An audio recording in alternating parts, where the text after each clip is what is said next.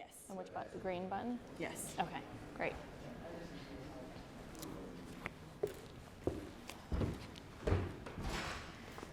Okay, so can everybody hear me okay? Okay, great. So I'm Elisabeth Baker Pham. My firm is Kalijarvi, Chuzi, Newman Fitch, PC, also KC&F. That's how it's pronounced. I'm a partner at KC&F, and I'm a security clearance lawyer. So I help applicants, business owners, and employees talk about personnel issues. So while most of the time I feel like I talk about marijuana, can't hear me? Okay. That's only going to the camera. Oh, so yeah. okay. Project. Okay. So while I feel like I talk about marijuana 365 days a year, in fact, we cover quite a few issues. And something that I've been talking about a lot lately, earlier, if you were in here today, you heard DCS say we're looking at about 18 months for rollout, so burst my bubble a little bit, but that's okay, is the PBQ. And so that's what we're going to talk about today. So the PBQ is the Personnel Vetting Questionnaire, and that is the updated SF86.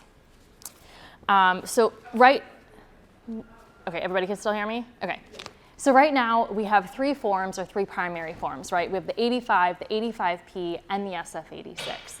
In 2022, OPM proposed consolidating those forms, and those changes were approved last year. So you, not now, but will at some point, have a form that is one form but with four parts, parts A, B, C, and D. For folks who currently complete the SF86, they'll be completing parts A, B, and C. That's not that exciting, but there are changes to the questions as well, and that is the part that is most exciting to me. So what are they? Overall, there's a narrowed look-back period. So on the SF86 for where have you lived, where have you worked, where'd you go to school? Right now, that's a 10-year period. The PBQ turns that into 5 years. Overall, 7 years for issue-specific topics is like the magic number for the SF86, right? When in the last 7 years have you been fired, used drugs, had foreign contacts? The PBQ takes that 7 down to 5 as well, with the exception of marijuana, which we'll get to in just a minute. Okay, so we're gonna start out with the drugs. So, and I've never used one of these before, so give me a second. Do I have to point it there? Did you say it's 5 years now instead of 7? So the 10-year periods are down to 5, and then for the 7 issue specifics, yes, 5. On the PBQ, so this is not the current form that's being used. It's a form that's been approved but not yet implemented. It's a radical change. It is, yeah. Does that answer your question? Okay. So that's as a general rule. Sure, and happy to talk after too, of course. Okay, so there are variations. I'm not saying that it's 7 years across the board or that it's 5 years across the board on the PBQ. Okay? Okay, so starting with drugs. So the PBQ takes drugs and splits it into 2 different categories, marijuana and not marijuana. Not marijuana is all other illegal drugs. And so currently you're looking at a 7-year period. So my slides are not fancy, but they're to give you an actual frame of reference for the language that's being used. So right here we have the SF86 language. In the last 7 years, have you illegal drugs? The PBQ, oh, thanks, Lindy. You're gonna be doing that a lot, I guess. The PBQ takes that down to 5 years or the age of 16 if you're under 21. There's also a new question about whether drugs have negatively impacted your life and how. Marijuana, I'm just gonna click at Lindy. Marijuana goes from 7 years to 90 days. So the PBQ will ask, when in the last 90 days have you used marijuana or cannabis derivatives? That's a huge difference. If the applicant answers yes, it will then ask, when was your first use within the last 5 years? One difference there, though, too, with the PBQ is that, at least for marijuana, they mean when in the last 5 years. So in the SF86, if an applicant says, yes, I've used drugs, there's a question, when was your first use? People answer that differently. Some people say 20 years ago. Some people say, in the last 7 years, my first use was. For marijuana, the PDQ clearly says, in the last 5 years, what was your first use? Now, something to keep in mind, however, the question regarding drug use while in a national security position, criminal justice or public safety position, that doesn't change. That is ever, it's ever now, and it will be ever on the PDQ. Okay, alcohol use. Thank you. Generally, the look back is lowered to 5 years, but there are some significant changes to questions regarding counseling. So the SF-86 asks, have you ever been ordered, advised, or asked to seek counseling or treatment as a result of your alcohol use? It also asks, have you ever voluntarily sought counseling counseling or treatment? The PDQ takes that never and reduces that to 5 years as well, which is a significant change, or the age of 16 if you're under 21. So finances, and I don't have a slide for everything, Lindy, just a heads up. So finances, the SF-86 asks whether you ever have experienced financial troubles due to gambling. That question disappears completely, though the same information may be disclosed in response to other financial questions or a new question on addictive behavior under mental health. Alimony and child support. The SF-86 asks about delinquent payments in the last 7 years. Again, this is taken down to 5 years, but one other change is that they're a little more specific about what they mean by delinquent, and that is payments that were overdue, 120 days or more overdue. Taxes. The PDQ has similar questions but treats taxes a little bit differently. So federal taxes and local taxes are split up. Federal taxes fall under a new section on federal debt, and the form also separates out failure to file and failure to pay. So the question is the same, but it's asked in a way that's a little more accessible for applicants and, quite frankly, anyone trying to read their responses. It makes it much more clear. Local taxes still fall under the financial record section, but the primary question is about failure to pay. So once an applicant says, yes, I've failed to pay my local taxes in the last 5 years, then it asks about failure to file. So it's sort of an interesting change, but it's a follow-on to the failure to pay. Foreign contacts.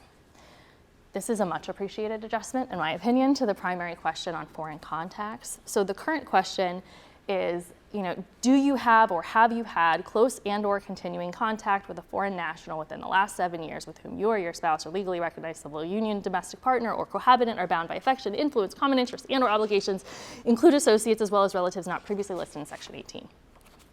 There's no straightforward way to answer that question, and I'm sure many people in this room have heard problematic interpretations like, I thought it said close and continuing, so I didn't list the relationship that ended last year. Or we're both Nationals fans, so it's common interest, right? No, please don't. The PDQ takes a stab at a more reasonable approach. So the question becomes, have you had contact with a foreign national in the last 5 years with whom you had feelings of affection, had a romantic relationship, or were bound by social, moral, financial, or obligations? That piece is obviously a little more dicey. Or shared information about yourself, which, if known, could be used to influence you to act against the interests of the United States government. If yes, there are a number of sub-questions we won't get into. Some are the same as the SF-86, some are new, but nothing, in my opinion, worth mentioning right now. But you'll notice that question, too, was specific to the applicant's contacts. So in the SF-86, again, a very dense question. It covers the applicant, the spouse, and the qualifiers are the same. For the PDQ, it's a separate question, and it's not just asked separately, it's actually a separate question. So the PDQ asks about spouses and partners, I'm paraphrasing, but it's qualified in the form, and asks whether a spouse or partner has a foreign national contact that influences your actions or obligates you in any way now or in the future. So again, a really, I would say, concerted effort to be more clear in the information that they are asking about. Another interesting variation is that SF-86 asks about cohabitants and the PDQ does not. Now, less important, but still a win in my book, is an instruction in this section that says, hey, don't ask foreign contacts for the information that we're asking for in this form. I can't tell you the number of times I've spoken with people who say, I don't really talk to them anymore. You know, we're not that close. It's been a few years. I really didn't know anything, except when I called them last week to ask them their birthday, where they were born, their home address. And now I'm going to their kids', birthday party tomorrow, right? That's not the best move. So now I love it when I get to have that conversation with folks before they get there. Unfortunately, more often than not, that's not what happens, and I'm really happy to see that that's on the PBQ. So, foreign financial interests. The SF-86, now this is another ever modification, asks whether you or your spouse or partner or dependent child have ever owned a foreign financial interest in which you or they have direct control or ownership. The PBQ takes that ever and takes it down to 5 years. Foreign benefits, regarding receipt of foreign benefits, again, reducing the look back from 7 years to 5 years. Now, another question in this topic on the SF-86 is whether you've ever provided financial support to a foreign national. This is something that comes up a lot, especially for folks who are born in another country but have lived here for several years. So the SF-86 asks, have you ever done that? The PBQ only looks at the last 5 years. Moving on to mental health. So the SF-86 asks whether the applicant has ever been hospitalized for a mental health condition. The PBQ takes that ever and brings it down to 5 years. I really want to emphasize these ever to 5 years questions because it is a huge emotional lift for folks who are completing the form, right? It's not just the administrative stuff for the government, and honestly, I think there's an acknowledgement of that when we talk about these things, right? But I've talked to many people who have really strong reservations about applying, even if there's a strong likelihood they would get through, because it's personal, and if it's something that was so long ago, they feel like it's in the past, it's just not worth it to me to have to talk about these things, right? I'll find a different job. So ever hospitalized is down to 5 years. The PBQ also disposes of a few questions on this topic. So it doesn't ask about whether an applicant who was diagnosed with an illness of interest has failed to take medication as prescribed. It also gets rid of this catch-all, in my opinion, I call it a catch-all question on the SF-86 that asks about mental health or other health conditions that substantially affects your judgment, reliability, or trustworthiness, even if you're not experiencing such symptoms today. So for folks who really analyze their responses or have struggled with, their mental health but don't have one of the listed diagnoses, sometimes this question is hard for people.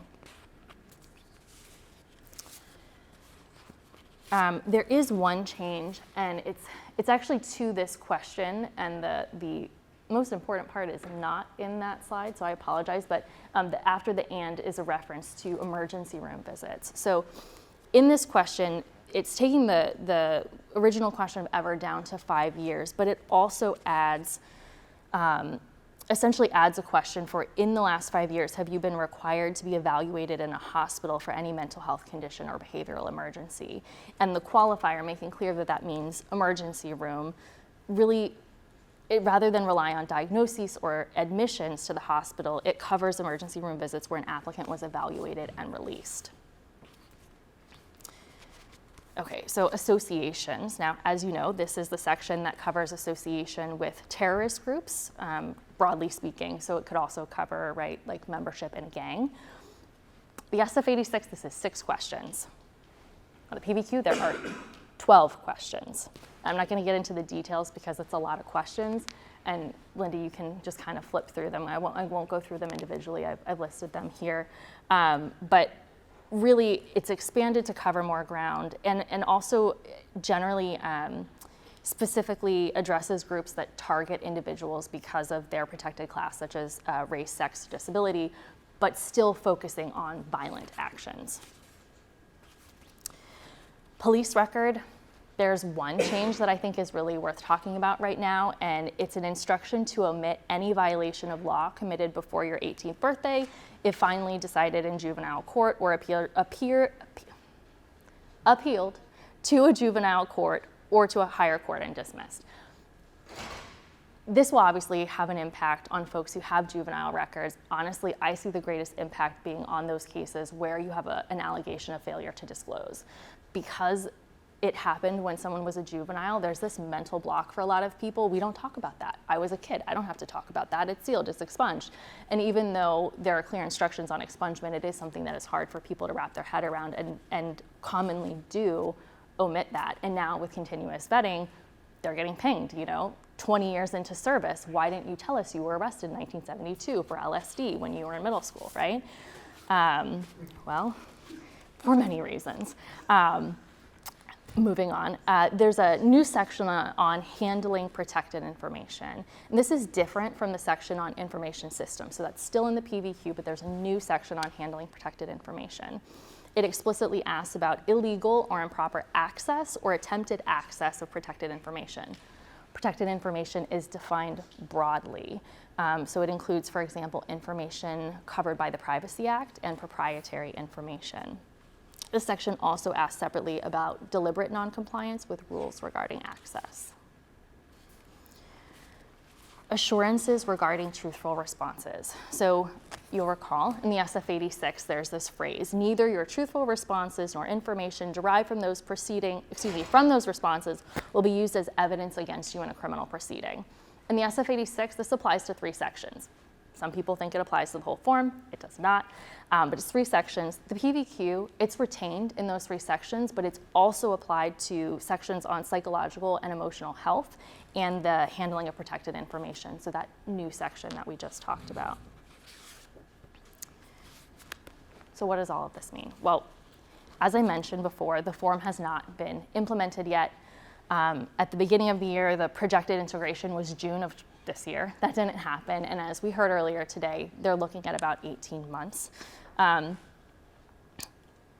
The other thing is it doesn't change the adjudicative guidelines, right? So while some impacts are obvious, there are people today who, if they completed the 86, would be opening up a lifetime of marijuana use, and under the PVQ, it would be silent.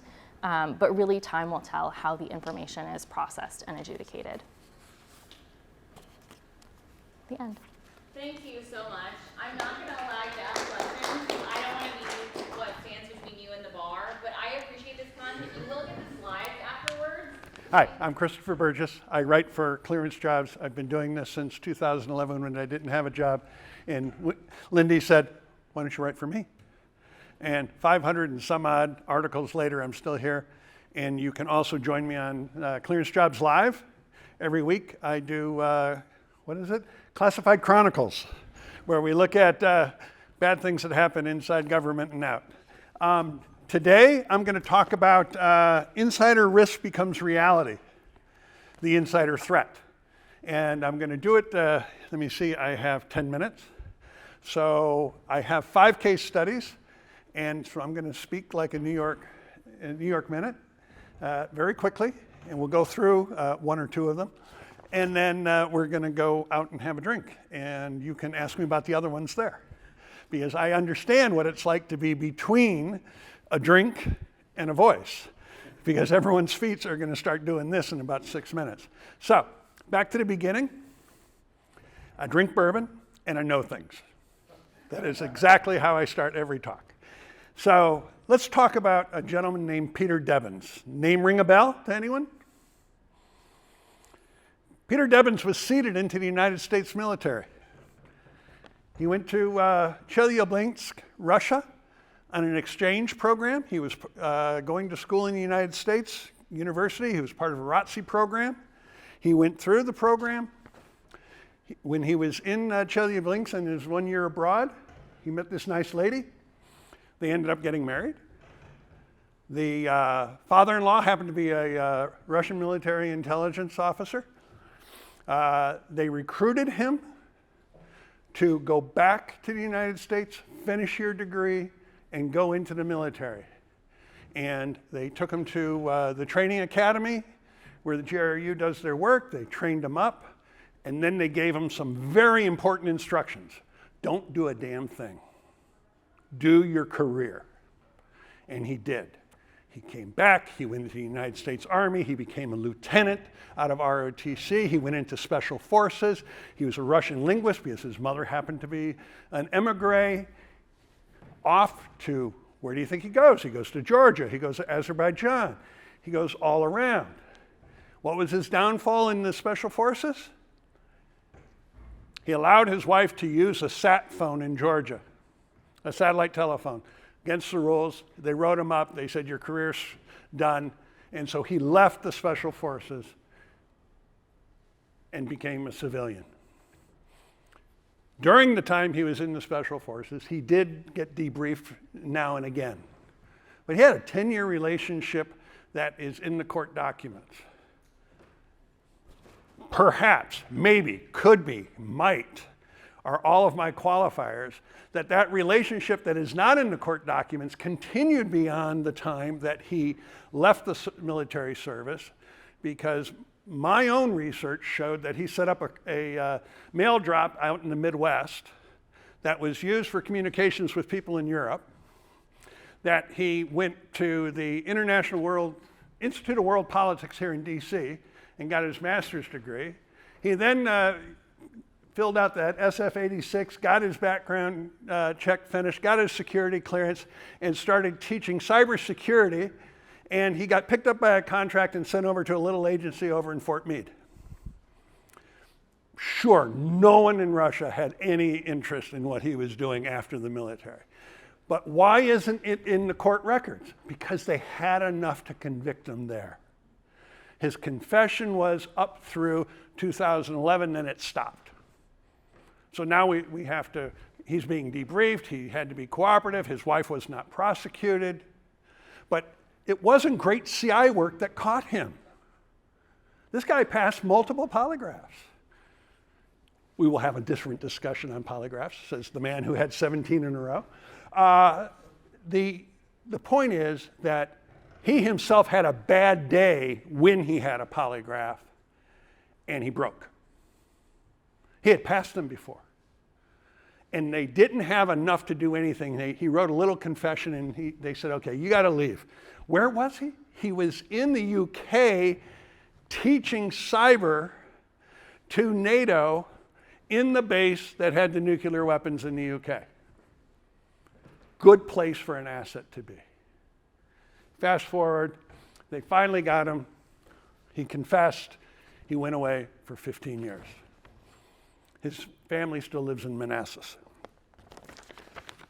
Then I'm going to go to a CIA officer, Jerry Chin Lee. Worked for 20 years as a case officer. Ethnic Chinese, speaks Chinese. He left in 2002-ish. Around 2010, the Chinese approach him. And they say, will you work for us? What do you want me to do? I want you to go back into the CIA. So they tried to seat him back in. So he reaches out.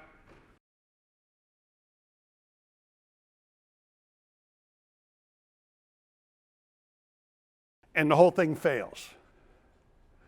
So the system worked as it should. Somebody came in, asked questions. They didn't have a need to know. It got reported. Somebody else said, okay, we got to look into this. FBI was brought in. They invited him back in to the U.S. He was living abroad. He came back into the U.S. He had 4 days of interview here in Northern Virginia with the CIA. And they went through his room, and they found some evidence that he had connections with the Ministry of State Security in China. Here's my point. China is ballsy. They will send people back in. Russia is ballsy. They will send people back in. But I'm going to jump ahead to the one that just floored me, knocked me over, and I said, holy crap. Well, actually, I said something else, but that's close enough. And that's Manuel Roca. Manuel Roca, ambassador to Bolivia for the Department of State. The man spied for 40 years. He came to the United States as a college student, and then he made a career in the Foreign Service. He was the deputy principal officer in Havana. The entire time, from the day he got on an airplane in Colombia to come to the United States, he was a Cuban asset. From the get-go. That is seeding. We are being seeded. Here's the kicker. So are our companies. In defense, in intelligence, technology, in infrastructure, if you have something an adversarial government wants, they have a lot of tools available to them, including seeding. And seeding is great. We recently wrote a piece about laptop farms. You may have heard about this, where people are applying for work that they are not eligible to do. Those of you who go and recruit go, wow, I've got a great person there in New Mexico. Well, actually, that's where their VPN goes into. That's where their support person is. That's opening up a mailbox or giving them a street address, getting their bank accounts in order so they can accept your money. They're filing the W-2 with that address. So it looks like you've got an eligible person. But the reality is that person's sitting in the DPRK. Again, are they seeding in to get your info, or are they seeding in for financial reward? Well, if it's North Korea, it's both. It's the hard currency going back, and it's the FI, or the foreign intelligence, the IP that's in there that's coming out. And I've got 2 minutes, so I'm going to stop and just say, insider risk is a big deal. It's always been there.